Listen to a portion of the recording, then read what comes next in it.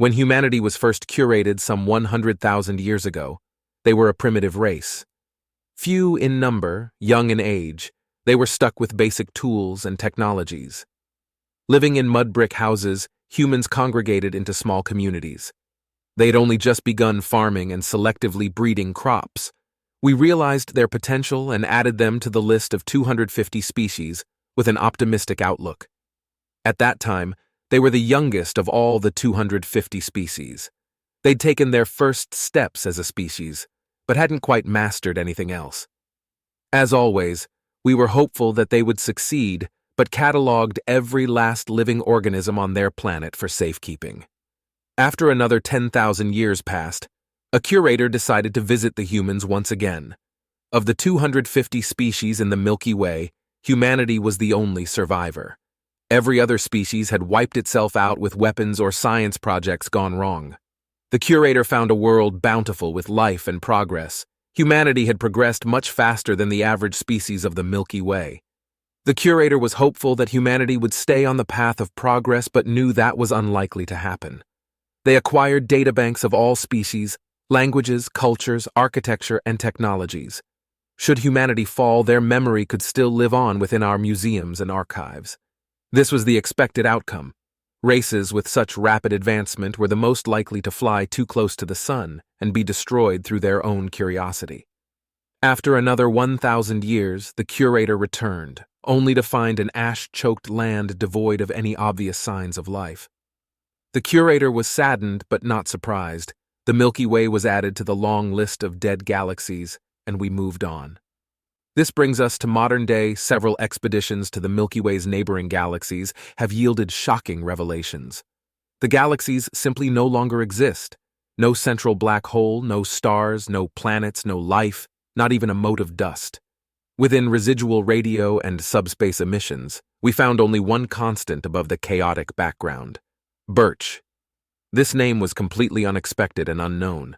No life form within this galaxy had ever developed such a word. Most couldn't even pronounce it. Yet it was all that remained of this barren void.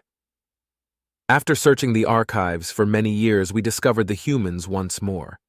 Birch was a standard word in the English language. It was simply a word for a tree. After this revelation was made, the journey to the Milky Way began. Upon arrival, it was realized that the Milky Way was still very much intact, but gravitationally anomalous. Hopeful that humanity had re-emerged on Earth, curators swarmed the Sol system. They found a technologically advanced human civilization, no longer the primitive humans of old. No traces of these birch trees either. After discovering humans were back in the Milky Way, more research was done on the gravitational anomaly. The Milky Way had not grown in size but had completely doubled in mass. All of this new mass was centered around the Milky Way's central supermassive black hole, which had now ballooned to a light-year in diameter and over an entire galaxy's worth of mass. Once the curators arrived at the central black hole, they were greeted by a structure of unimaginable proportions. A gargantuan ecumenopolis, measuring 2 light-years in diameter, made up the uppermost layer of the birch. After searching through human cultural records, we came across the idea of a birch planet. Thought of by Paul Birch, the term birch planet was coined by Isaac Arthur. At the time, it was a theoretically possible megastructure. Now it is a real structure of even grander proportions. Through gravitational manipulation, gravity is kept at 9.8 MSS squared across the entire structure's many layers. The central black hole provides the base gravity and also acts as a power source and heat sink for the rest of the structure. Innumerable numbers of humans live in this birch world. From what we can learn via scans, it has a surface area comparable to that of multiple galaxies worth of habitable areas. It appears that only the upper layers are used for habitation.